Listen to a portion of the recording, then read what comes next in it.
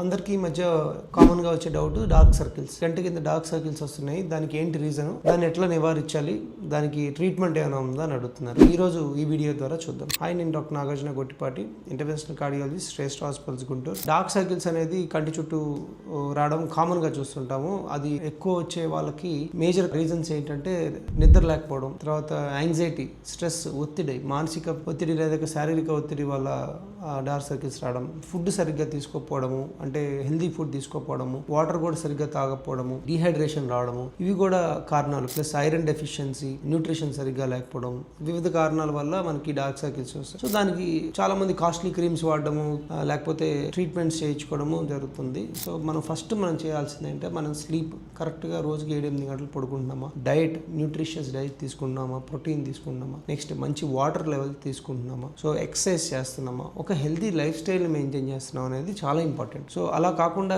మనకి ఏమీ లేని దగ్గర వేరే కారణాల కోసం వెతుక్కోవడం వల్ల ఉపయోగం లేదు. సో మనం ఈ హెల్తీ లైఫ్ స్టైల్ మారితే కొన్ని రోజులకి మీకు న్యాచురల్గా డార్క్ సర్కిల్స్ తగ్గి మీ న్యాచురల్ కండిషన్కి వచ్చే అవకాశం. ఇంకా ఇంకొక గ్రూప్లో ఏంటంటే మరీ ఎక్కువ సివియర్ డైటింగ్ చేస్తుంటారు, వాళ్ళలో కూడా పీక్ పోయినట్టు మొహం డార్క్ సర్కిల్స్ ఏర్పడే అవకాశం ఉంటుంది. డైటింగ్ కూడా ఏంటంటే అడిక్వేట్గానే చేయాలి, కానీ ఏది అతిగా చేయకూడదు. ఈ జాగ్రత్తలన్నీ పాటించి మీ హెల్త్ని కంట్రోల్లో ఉంచుకుంటారని భావిస్తున్నా. Thank you.